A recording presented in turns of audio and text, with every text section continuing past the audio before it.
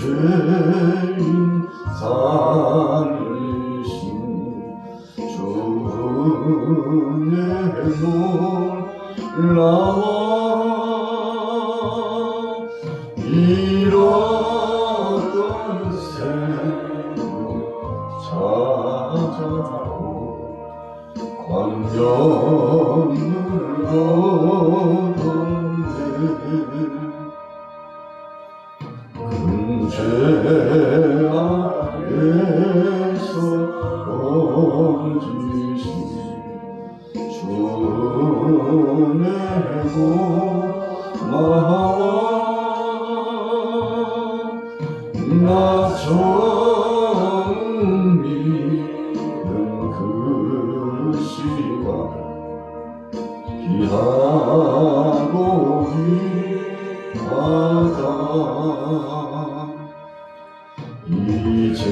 이제껏 내가 산 것도 주님의 은혜라 또 나를 장차 공양해 인도해 주시리 거기서 우리 영원히 주님의 은혜로 배처럼 밝게 살면서 주 찬양하리라.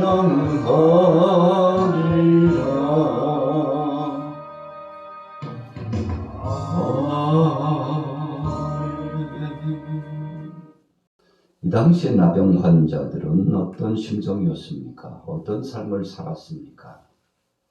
이 당시 나병 환자들은 특별히 자신들은 하나님 앞에 중죄를 범한 죄인 중에 괴수와 같은 사람들이라고 생각했습니다.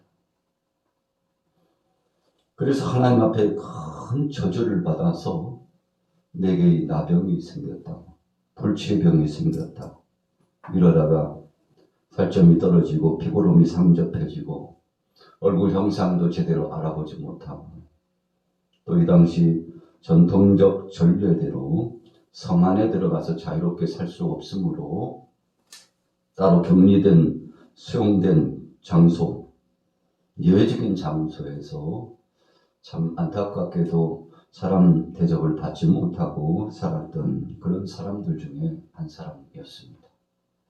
그 삶 자체가 저주받은 인생이라고 생각했습니다.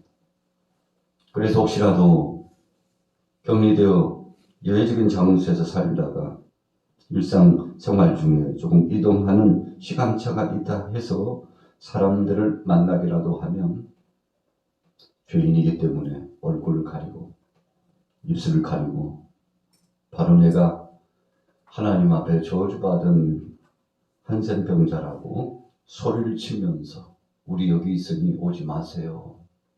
우리 여기 있으니 오지 마세요 하고 자신들의 죄가를 선포하면서 그렇게 다녀야 했던 삶이었습니다. 자, 그런데 오늘 본문 말씀의 40절에 보면 한 나병 환자가 예수께 왔다고 그랬습니다. 예수님이 어디에 계셨습니까? 사람들이 많이 있는 곳에 계신 분입니다. 그래서 이 한 사람 나병 환자는 모험을 했다는 것을 알 수 있습니다. 예수님께 가까이 가기 위해서는 사람들이 인접한 곳에 가까이 가야 했고, 혹은 돌에 맞아 죽거나, 또 문매를 맞아서 죽거나, 혹은 붙잡혀서 멀리 격리된 장소로 옮겨지거나, 가진 수욕과 모욕을 다 당해야 됐죠.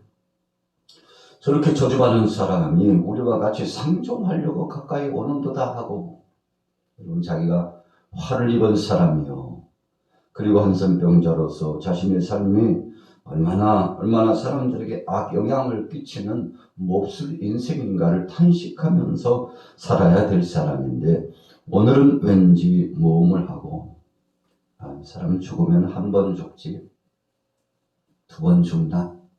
내 인생 그래도 요즘 소문에 의하면 예수님 만난다면 모든 질병이 다 치료된다는 소문이 있는데, 그분 만나면 이 안센병이라 할지라도, 나병이라 할지라도, 참 빗대서 한가리는 이야기했잖아요. 문둥병, 그렇게 이야기를 했죠. 문둥병이라고 하지 맙시다. 한센병이라고 합시다. 나병이라고 합시다. 순환운동이 우리나라에도 퍼졌지 않습니까? 여러분, 다르지 않았습니다. 예수님 만나면 치료되고 회복될 수 있다는 기대감을 가졌다고 했습니다. 그래서 40절에 보니까요. 한 나병 환자가 예수께 와서 꿇어 엎드려 간구하여 이르되, 예수님 앞에 꿇어 엎드렸다는 것은 주님을 경외하고 그분을 하나님으로, 메시아로, 치료자로, 그분만이 문제를 해결해 줄 수 있는 이 당시에 소망의 주님으로 영접했다는 것을 의미합니다. 꿇어 엎드렸어요. 주님 뵙자마자 주님 앞에 엎드렸습니다. 그리고는 간절히 구했다고 그랬습니다. 얼마나 마음속에 소원하며 주님 앞에 청원했을까요? 뭐라고 했습니까? 요약하건대 40절 후에 원하시면 저를 깨끗하게 하실 수 있나이다. 우리가 읽은 본문 말씀 속에 하이라이트와 같은 아주 중요한 포인트의 말씀입니다. 오늘 한센병자가, 나병 환자가 치료받을 수 있었던 아주 중요한 기초는 예수님을 어떻게 생각했느냐 하는 것입니다. 여러분, 우리가 신앙생활하면서 우리가 믿고 있는 주님을 바로 구세주신 그분, 창조주신 그분, 내 삶의 일거수일투족을 책임져 주신 그분을 어떻게 대우해 드리느냐에 따라서 삶이 달라집니다. 어떤 사람들은 그냥 액세서리 정도로, 내가 필요할 때 위로받는 정도로 수양하기 위해서 등등등 하나님을 믿는 믿음의 척도와 삶의 태도가 다 다를 수 있습니다. 여러분, 그러나 믿음대로 하나님을 인정해 드린 대로, 그분을 모셔드리고 그분 앞에 영광 올려드린 대로 그만큼만 나타나게 되어 있다는 거 아니겠습니까? 그래서 예수님도 공생의 사역을 진행하는 3년 동안에 내 믿음대로 될지어다, 네가 믿느냐? 종종 물으셨어요. 왜 물으셨습니까? 믿는 만큼 역사하시겠다는 것입니다. 그래서 제자들이 한때는 귀신의 역사를 축출하지 못하고 병자를 고쳐 해방시키지 못해서 마음이 아팠죠. 괴로웠습니다. 예수님이 오셔서 마침내 해결하셨습니다. 귀신을 쫓아내고 병자를 고치시고 자유롭게 해주셨습니다. 제자들이 너무 궁금해서 예수님께 물었죠. 주님, 우리는 왜 못한 것입니까요? 예수님 앞에 물었어요. 어디 드러내놓고 말할 수 없어요. 그래도 예수님의 수제자급에 속한 12제자에 속한 제자들인데 참 망신을 당했지 않습니까? 희롱을 당했습니다.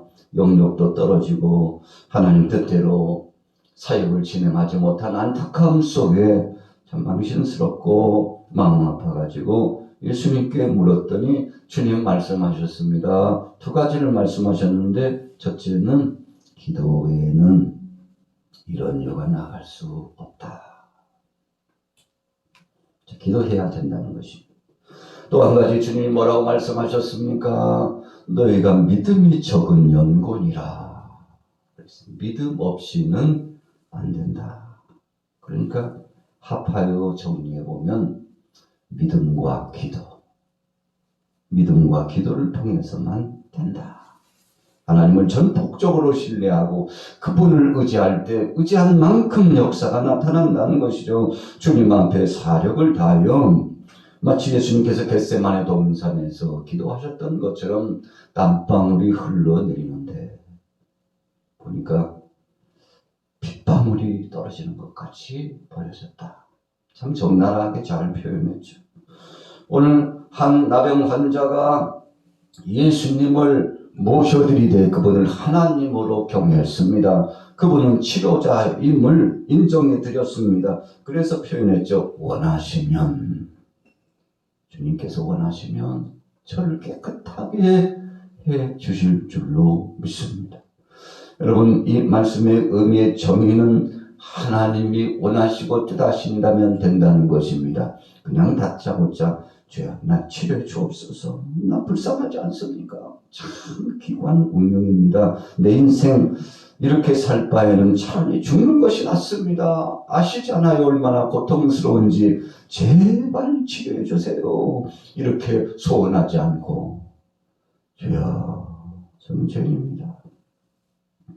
그러나 그렇다 할지라도 주님이 원하시면, 저를 불쌍히 원하신다, 불쌍히 생각하신다면, 저를 긍휼히 여기신다면 치료하여 주옵소서. 주님 뜻이라면 치료하여 주옵소서. 참 아름답고 합당한 기도의 모습 아니겠습니까?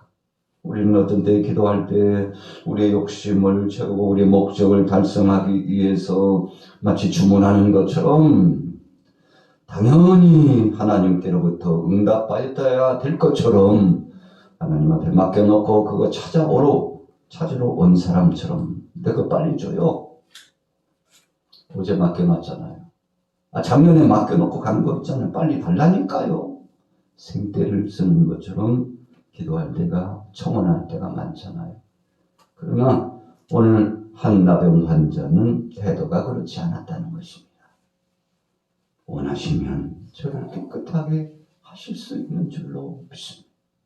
여러분, 그래서 주님께는 무궁무궁한 놀라운 능력이 그분에게는 있으신데, 그러나 전능하신 하나님께서 원하시면 이까짓거 한센병 하나님께로부터 온 것이니 하나님이 긍휼히 여기시면 치료될 줄로 믿습니다. 주여 나를 불쌍히 여겨 주옵소서. 여러분, 그래서 이 문맥의 속성을 들어가 보면 주님 저는 저주받아 마땅합니다. 중죄인입니다. 하나님의 심판을 받은 것입니다. 죄값으로 말미암아 고통당하다가 이렇게 죽어도 더 이상 할 말이 없는 인생입니다.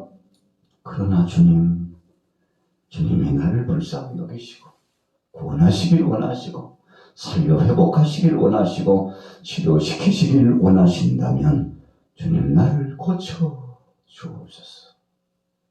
여러분, 참 감격스러운 기도입니다. 예수님 감동하셨죠. 참 세상에 많은 사람이 있지만 다 다르구나. 네가 그렇게 생각하는 줄 몰랐다. 주님 어떻게 하셨습니까? 41절에 보니까 예수께서 불쌍히 여기사 긍휼히 여기셨다는 것입니다. 여러분, 그래서 우리가 하나님 앞에 긍휼히 여김을 받는 자는 복이 있는 거 아니겠습니까? 불쌍히 여김을 받는 자는 천국이 저희 것이요 하나님의 놀라운 복을 받을 수밖에 없죠. 손을 내밀어 그에게 대시며 이러시되 내가 원하노니 깨끗함을 받으라. 그러면 신앙 고백한 대로 된 거잖아요. 우리가 메아리의 원리를 잘 기억합니다. 산등성에 올라가가지고 계곡 쪽을 향하여 야 임마 너 나쁜 놈이야. 그러면은 얼마나 정확하게 야 임마 너 나쁜 놈이야. 그런데 야 나 너 없이는 못 살아. 야 너 없이는 못 살아. 여러분, 오늘 40절의 말씀과 41절의 말씀은 예수님께서 기다렸다는 듯이 그래 내가 원한다. 네가 깨끗함을 받아라.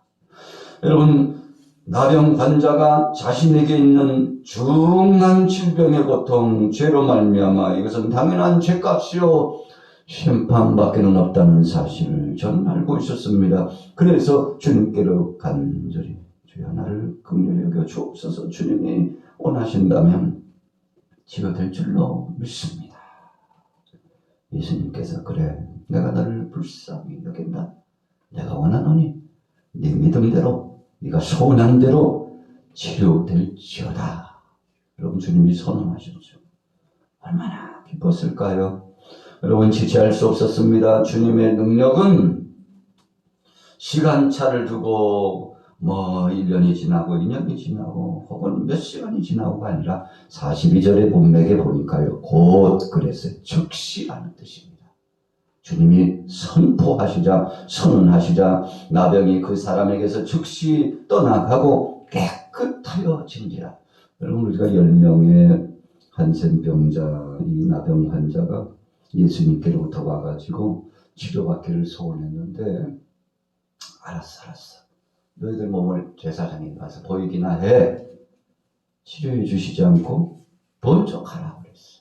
근데 오늘 본 말씀은요, 먼저 치료를 해 주셨다는 것이 사뭇 다른 모양새입니다. 여러분, 그래서 주님은 사역을 진행하실 때 어떤 때는 먼저 치료하신 예가 있지만 어떤 때는 저들의 믿음을 확인해 보시고 치료받는 절차를 경험하도록 그렇게 역사하신 예가 있습니다. 오늘 주님이 먼저 치료해 주었습니다. 그러시면서 44절에 곧 보내셨습니다. 따져 물을 것도 없이 살해 받을 것도 없이 가라. 곧 보내시며 경고하사. 야, 아무한테도 내가 치료해 줬다고 이야기하지 마. 여러분, 성경에 보면 예수님께서 이렇게 당부하신 말씀이 몇 번 등장합니다. 그 이유가 무엇일까요? 왜 그랬을까요? 오늘 44절에서 45절까지의 말씀의 문맥을 보면 몇 가지 이유가 있습니다. 첫째는요, 주님의 사역에 방해받지 않기 위해서 그러셨습니다. 예수라고 하는 자가 병자를 고치고 다니고 죽은 자를 살리고 귀신을 쫓아내고 그런단 말이지. 참 수상한 자다. 어떻게 우리한테 허락도 받지 않고 그렇게 동네마다 다니면서 사람들을 모아놓고 그렇게 사역을 진행한다면서. 종교 지도자들을 통해서 예수님의 사역이 감시되고 방해받을 수 있었습니다. 그래서 주님의 사역을 앞다투어 진행하지 못하도록 어떤 모양으로 하든지 책잡으려고 하는 사람들 때문에 그러신 겁니다. 두 번째 이유는 무엇입니까? 아직 예수님께서 십자가에 고난당하시고 죽으신 시각에 참 그때가 되지 않았기 때문에 주님께서는 이 공생의 기간 동안에 많은 복음 증거, 하나님 나라 확장 사역과 그리고 영혼들을 구하는 역사를 진행하시기를 원하셨습니다. 여러분, 그래서 은밀히 하시기를 원했어요. 주님은 겸손히 은밀히 하시기를 원했어요. 누구에게 드러내놓고 하기를 원치 않으셨습니다. 여러분, 그러나 어떻게 됐나요? 사람들이 나가서 발도 없는데 그 입으로 구전을 통해서 전해지는데 얼마나 많은 사람들이 모여드는지 몰라요. 여러분, 그래서 복음의 역사는 그런 것입니다. 한쪽에서의 사역이 급소문을 타고 나가는 것이죠. 44절에 보세요. 이르시되 삼가 아무에게 아무 말도 하지 말고 가서 내 몸을 제사장에게 보이고 네가 깨끗하게 되었으니 모세가 명한 것을 드려 그들에게 입증하라 하셨더라. 예수님 말씀하셨죠. 내가 율법이나 선지자를 폐하러 온 줄로 생각지 말라. 폐하러 온 것이 아니라 완전케 하려고 왔다. 아주 중요한 말씀을 예수님께서 주셨죠. 왜 완전케 하러 오셨다고 말씀하셨습니까? 예수님은 구약의 예언의 말씀을 이루고자 하셨다는 것이요. 그래서 하나님 뜻대로 사역을 진행하셔서 하나님의 영광스러운 복음주의적인 구속사역의 뜻을 이루고자 이 땅에 오셨기 때문에 그렇습니다. 그래서 예수님 모세가 명한 것을 들여라 그랬어요. 여러분, 이 중환자가 환우가 병이 들면 제사장에게 가서 자기 몸을 보입니다. 무슨 병인지 모르겠는데요. 제사장님 진단해 주옵소서. 진단을 해요. 무슨 병인데 의사는 아닌데 의사처럼 그렇게 사역을 진행했습니다. 큰일 났네. 당신 말이야 가족들과 함께 생활하면 안 돼. 멀리 따로 가서 생활하고 몸이 나을 때까지 몸 관리 잘하고 영혼 관리, 육체 관리 잘하라고. 여러분 이렇게 제사장을 통해서 확인받았습니다. 그런데 병이 치료되었을 때에도 확인을 받아야 됐습니다. 그래서 예수님께서 제사장을 찾아가라고 했습니다. 그냥 가지 마. 레위기서에 말씀하는 것처럼 예물을 가지고 가. 제물을 가지고 가서 자기 몫의 치료와 회복에 감사하며 하나님 앞에 헌물을 올려드리고 그리고는 제사장을 통해서 또 재차 확인받습니다. 그냥 그렇게 중한 병이 깨끗이 씻은 듯이 회복되었네. 이게 웬일이야? 아니 어쩌다가 이런 일이? 제사장이 따져 물으면 아니요 그냥 몰라요. 나도 몰라요. 저절로. 혹은 아이고 말도 말아요. 예수님이라고 하는 분을 만났는데 그분이 말씀하시자마자 일기 치료됐다니까요. 예수님은 이 말 하기를 원치 않았던 것입니다. 왜 그랬나요? 제사장들이 예수님을 환영하지 않았어요. 얼마나 주님의 사역을 방해했는지 몰라요. 그래서 방해받지 않기 위해서 아무에게도 내가 고쳤다는 말을 하면 안 돼. 그 대신 제가 정한 예물을 가지고 가서 당신도 이제 자유로운 자가 되라고 예수님 그렇게 말씀하여 주신 겁니다.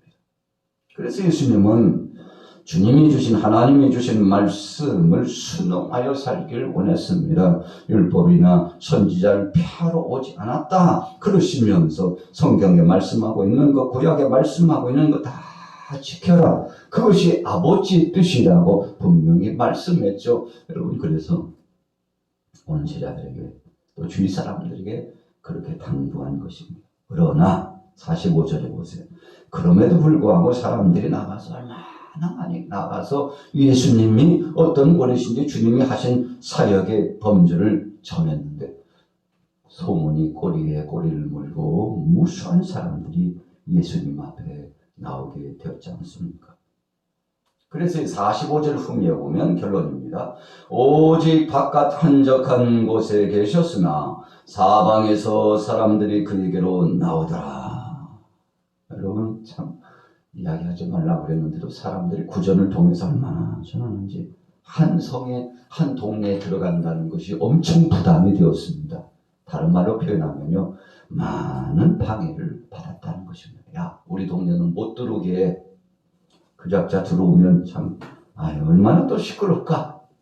여러분 환영하고 고대하는 자도 있었지만 이 당시 예수님 싫어하는 사람 꽤 많았습니다. 박대하는 사람 많았습니다. 핍박하는 사람 많았습니다. 그러거나 말거나 주님은 때를 얻든지 못 얻든지 하나님 나라 확장의 사역을 계속 진행하셨습니다.